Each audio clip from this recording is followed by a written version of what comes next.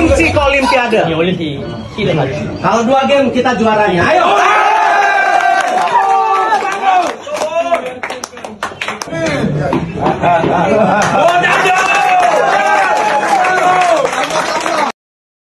Assalamualaikum saudara sebangsa setumpah darah.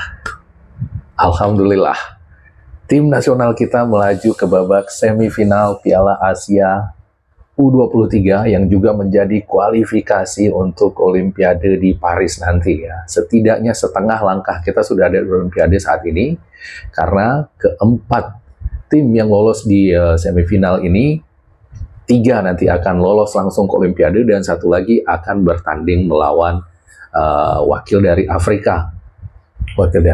Jadi setidaknya dengan masuk ke babak ini, kita masih ada 1 pertandingan lagi, kita memenangkan 1 pertandingan lagi akan lolos ke Olimpiade.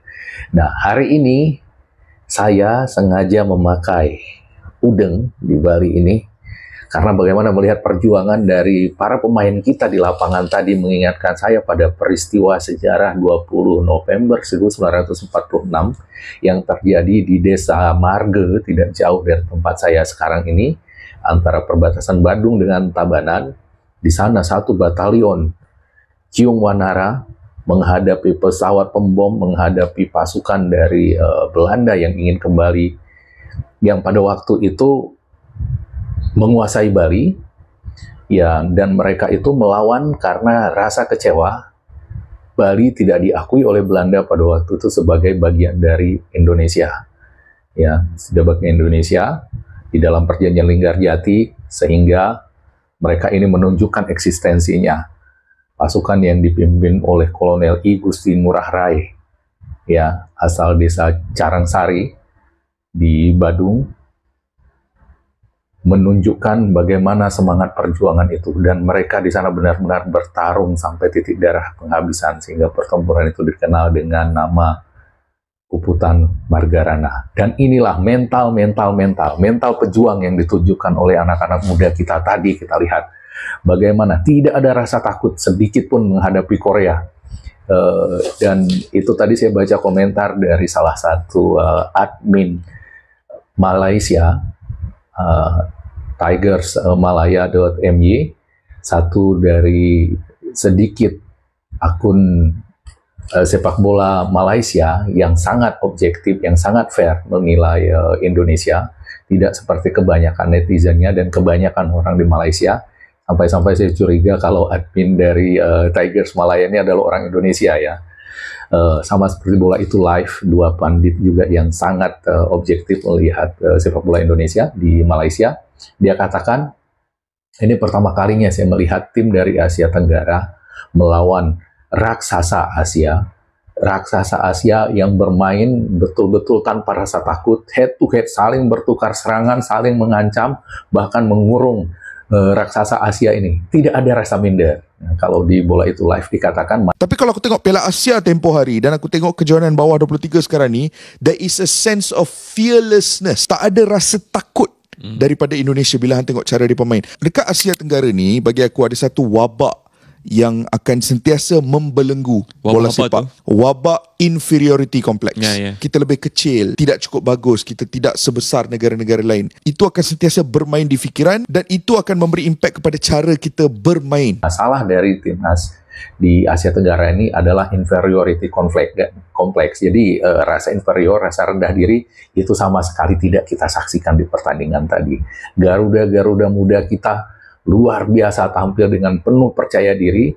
Kita unggul lebih dulu dengan Rafa Stroik, dibalas oleh Korea, tidak sampai 1 menit dibalas lagi oleh Indonesia, dan kemudian di titik-titik krusial kita kebobolan yang seharusnya secara teori kita sudah jatuh mental down, tapi tidak. Garuda muda kita terus melawan sampai perpanjangan waktu. Di babak perpanjangan waktu beberapa kali mengancam Korea dan akhirnya penalti. Dan disinilah kita kembali menunjukkan bagaimana mentalitas kita, mentalitas bangsa pejuang kita tampil di sana. Tidak ada rasa takut sampai penalti itu berujung 10-11 untuk kemenangan kita. Skor sama seperti Bali yang pada saat itu tidak diakui eksistensinya di Indonesia. Kita lihat tadi di pertandingan ini Rafa El Clomer, ya, pacar online puluhan juta gadis-gadis di Indonesia, selama ini banyak sekali dikritik oleh orang-orang yang tidak mengerti bola atau orang-orang yang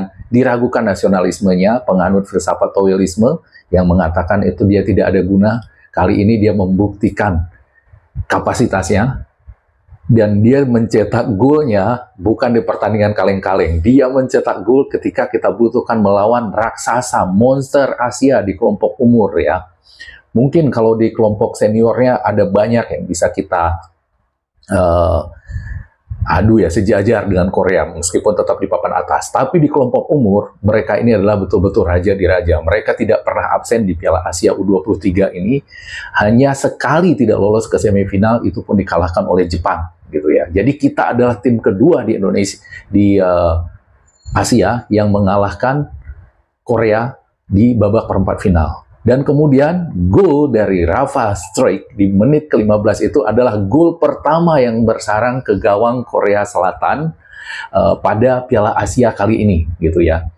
Dan ini yang sangat luar biasa, tadi kita lihat bagaimana proses gol pertama yang diciptakan oleh Rafa Struijk. Sebelumnya sebenarnya pada menit ke-8 kita sudah kebobolan lebih dulu oleh Korea. Tapi lagi-lagi semesta sepertinya sedang merestui kita pada saat ini. Ya, selain apa yang dilecehkan oleh tetangga kepada kita berbalik. Terakhir sekarang bagaimana yang kebanggaan mereka aku tak kisah, yang 3-3 yang mereka bertahan parkir bus dengan penguasaan bola 86 berbanding 16 itu kita balikan sekarang. Ya, kita yang disuruh belajar mencetak gol kepada Faisal Halim ternyata mencetak gol jauh lebih dahsyat daripada yang mereka lakukan, karena kita melawannya bukan dengan cara mencuri gol melalui serangan balik atau apa, tapi kita betul-betul melalui satu gameplay yang jelas, game plan yang jelas, dan kemudian kemampuan dari pemain-pemain kita dalam mengurung pemain Korea ya. Jadi pada waktu itu ketika kita gol tercipta ke gawang Indonesia, VAR sangat profesional, sampai-sampai banyak dari netizen Indonesia ingin tahu Instagram dari wasit itu untuk bersilaturahmi, mengucapkan terima kasih gitu. Nah, setelah dicek dengan VAR, tadinya kita gol melalui tendangan dari luar kotak penalti, tapi setelah dicek VAR, itu kejadiannya seperti kita kebobolan gol Irak di Piala Asia senior dulu ya. Tapi bedanya waktu itu karena wasit VAR-nya dari Thailand, mereka tidak memberikan pelanggaran kepada Irak dan tetap mengesahkan gol itu. Kali ini berbeda. Ya, VAR dicek sebelum proses gol itu, ternyata ketika ada satu umpan lambung dari Korea ke kotak penalti Indonesia, pemain Korea sudah terlebih dahulu terperangkap offside, dan kemudian bola dari sana, sundulan pemain Indonesia yang diterima oleh pemain Korea yang mencetak gol itu menjadi tidak sah karena sebelumnya sudah ada offside begitu. Gol dari El Plemer, Rafa Struijk itu juga menjadi gol yang belakangan ini jadi terbiasa kita melihat gol-gol seperti itu di setiap pertandingan tim nasional Indonesia ya. Berawal dari umpan-umpan pendek gitu ya. Pertama diawali dengan umpan pendek dari Arhan kepada Tejo. Kemudian Justin ikut bergabung ke sana, ikut membantu. Dari Justin dibagikan ke Rafa, Rafa kemudian kembali ke Marcelino. Marcelino menendang bola langsung ke gawang tapi tertahan oleh tembok pemain Korea, dan bola kembali jatuh ke kaki dari Rafa.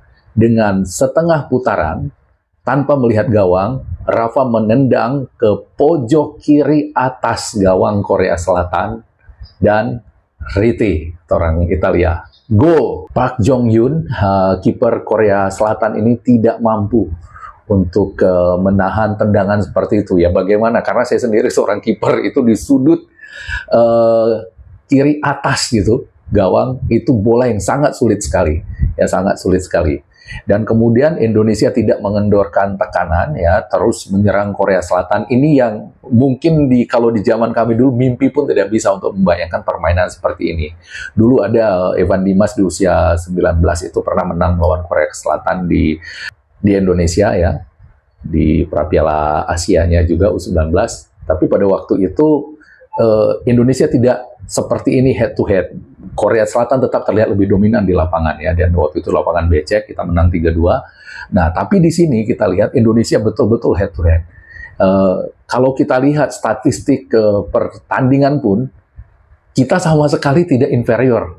Ya dari penguasaan bola saja kita lebih unggul dari Korea. Bagaimana kita membayangkannya?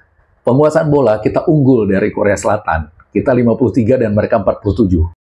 Tendangan ke gawang mereka hanya mampu melakukan sebanyak 8 kali, kita 20 kali.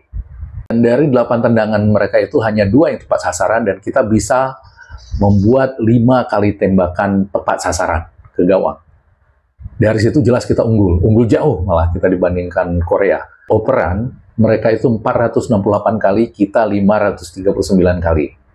Lebih banyak kita. Akurasinya mereka hanya 79, kita 81. Ya, jadi dari angka-angka itu bisa terlihat ya bagaimana kita sama sekali tidak kalah, tidak parkir bis seperti ketika Malaysia melawan Korea di senior di Piala Asia dulu. Kita ini betul-betul dua lawan yang sama kuat di situ di lapangan ya. Bahkan kita unggul tipis sebenarnya. Itu yang kita lihat di lapangan ketika bagaimana kemudian kita terus menyerang ya di menit ke-32 itu. Satu serangan yang sangat rapi tersusun di pojok di sisi kanan pertahanan Korea, yang sisi kiri penyerangan kita. Di sana ada Witan dan kemudian juga Marcelino bermain 1-2 dengan Rafael Struijk yang menusuk ke dalam. Satu umpan tumit dari Rafael Struijk mengarah ke Marcelino yang sangat terbuka, sayang sekali tendangannya melenceng. Tapi itu cukup membuat ketar-ketir Korea Selatan gitu ya. Dan kemudian kita terus menyerang, tapi kemudian ada serangan balik dari sisi kanan penyerangan Korea Selatan atau sisi kiri kita. Bola diangkat ke kotak penalti di sana. Seorang pemain Korea Selatan berdiri bebas dan menyundul bola, tapi bola itu terkena kepala dari Komang Teguh. Bola berbelok, Hernandi tidak bisa berbuat apa-apa, Hernando, dan akhirnya gol. Tapi tidak lama, ya, hanya kurang dari 1 menit berselang, bola kembali dibangun dari bawah. Ivar Jenner melepaskan satu umpan jauh atau long ball, ya. Long ball yang berkualitas yang mengingatkan kita pada pertandingan tim nasional Italia. Melalui umpan-umpan seperti itu biasa kita lihat di Andrea Pirlo atau Leonardo Bonucci yang di Playing Playmaker, langsung ke dalam kotak penalti Korea. Ya, di sana ada 2 pemain Korea yang menjaga El Clemer, Rafa Struijk.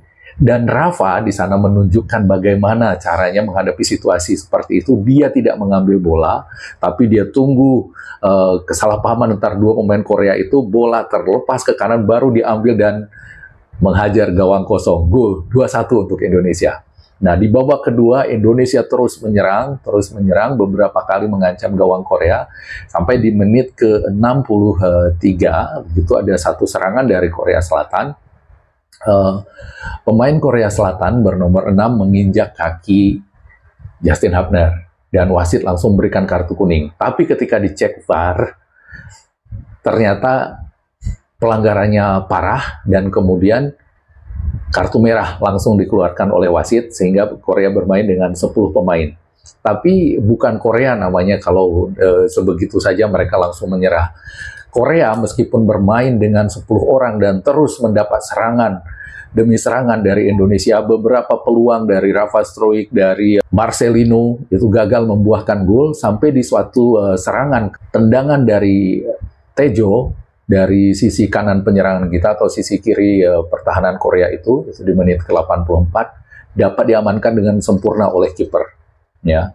Sang kiper ini kemudian melihat ada celah terbuka, langsung mengoperkan bola kepada salah seorang gelandang Korea, dan satu lagi striker mereka, Sang Bin itu langsung sprint, lari di sisi kiri atau sisi kanan pertahanan kita tanpa terkawal, dan kemudian menerima bola itu dan menyelesaikannya dengan sempurna.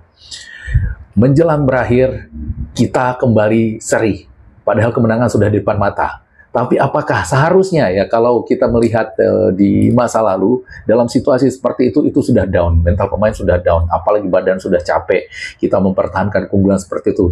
Tapi ini adalah Garuda muda kita, pejuang-pejuang yang tidak kenal rasa takut. Gol seperti itu tidak apa-apa. Kita terus melawan, kita terus bermain seperti biasa, seperti tidak ada kejadian yang luar biasa sebelumnya, sehingga sampai akhir pertandingan dan pertandingan pun dilanjutkan ke babak perpanjangan waktu. Nah, di perpanjangan waktu ini pun ada beberapa kali momen Indonesia sebenarnya bisa mencetak gol kemenangan, seperti misalnya tendangan dari Kelly Sroyer yang melambung jauh, dan satu tendangan voli dari Tejo yang juga tipis saja dan hampir mencetak gol juga. Tapi akhirnya gol tidak tercipta dan pertandingan pun berlanjut ke babak adu penalti. Nah, di ajang adu penalti ini betul-betul drama Korea, betul-betul drama Korea. Kalau orang-orang Indonesia yang mengalami gejala jantung gitu, mungkin di situ tadi nggak bisa nonton. Ya bagaimana tidak gitu. Pertandingan ini 5 penendang pertama gol semua, sempurna. Drama Korea ini yang betul-betul mengaduk-aduk emosi kita itu terjadi pada penendang kelima. Ya, Indonesia yang menendang belakangan gitu sudah ketinggalan dalam posisi 5-4 ya. Sudah dalam posisi 5-4. Jadi kalau ditambahkan dengan sebelumnya itu jadi posisinya udah 7-6. Posisinya sudah 7-6 di situ. Kita tertinggal ya. Penendang kelima Korea 5-5-nya berhasil. Penendang terakhir kita back imut preman kita Justin Hubner menendang. Ya, sangat meyakinkan. Kapten Wolves sekarang bermain di Cerezo Osaka. Justin terlihat seperti ragu gitu wajahnya. Dan kemudian menendang, ditahan oleh kiper Korea. Supporter Korea berteriak-teriak dengan gembira. Supporter Indonesia memegang kepala, tim kepelatihan tertunduk lesu. Justin apalagi. Dia sebagai tersangka di sana, dan saya sudah membayangkan bagaimana akun-akun goib penganut towelisme itu akan merujak Justin nanti di media sosial, dikatakan ya namanya naturalisasi nggak berguna, macam-macam seperti itu. Tapi sekali lagi, kali ini semesta bersama kita. VAR kali ini digunakan dengan semestinya untuk memberikan keadilan bagi tim-tim yang bertanding. Ketika wasit sudah mengesahkan gol, wasit asal Australia ini, VAR menginformasikannya bahwa ada pelanggaran di situ, dan juga itu dilihat oleh wasit garis. Ya, wasit garis. Ternyata ketika Justin menembak, kedua kaki dari kiper Korea sudah meninggalkan garis sehingga penalti harus diulang. Justin mengulangi penaltinya. Kali ini dia tidak membuat kesalahan, menendang ke sudut yang sama dan gol. Skor kembali menjadi 7-sama. Ya, Indonesia 7 dan Korea 7. Untuk penendang ke-6 yang kali ini sudden death ya. Jadi salah satu gagal menendang itu selesai pertandingan. Korea mengirimkan Sang Bin, sang pencetak gol penyama, ke gawang Indonesia, dan dia melakukan tugasnya dengan sempurna. Lalu kemudian Kelly Sroyer, Indonesia mengirimkan Kelly Sroyer. Ada banyak keraguan saya lihat di sekitar saya tadi ketika Kelly Sroyer yang maju, karena Kelly ini belum pernah bermain di level seperti ini, dengan tekanan seperti ini. Tapi Kelly berhasil menjawab kepercayaan dari pelatih dan teman-temannya, mencetak gol dengan sempurna. Ya, skor menjadi 6-6 di penalti. Kemudian drama terjadi di penendang ke-7. Sang Yun, penendang Korea, bolanya terbaca dengan baik oleh Hernando Ari dan ditahan. Meriah. Semua bersorak, penonton Indonesia dan juga para tim pelatih dan pemain Indonesia. Sekarang beban ada di pundak Arkan Fikri, ya, pemain asal Serdang Bedagai, Sumatera Utara. Ya, Arkan maju, ada sedikit seperti keraguan di wajahnya, dan kemudian ketika berhadapan dengan beban seperti itu, tendangannya cukup baik ke sudut, tapi sayang sekali tendangannya melebar dari gawang. Dan drama pun berlanjut kembali. Drama berlanjut sampai Rido, sampai akhirnya Hernando Ari juga ikut menendang. Kiper Korea menendang, semua masih gol. Diulang dari penendang pertama. Minggu gol juga. Penendang pertama Indonesia berulang lagi, Sananta gol juga.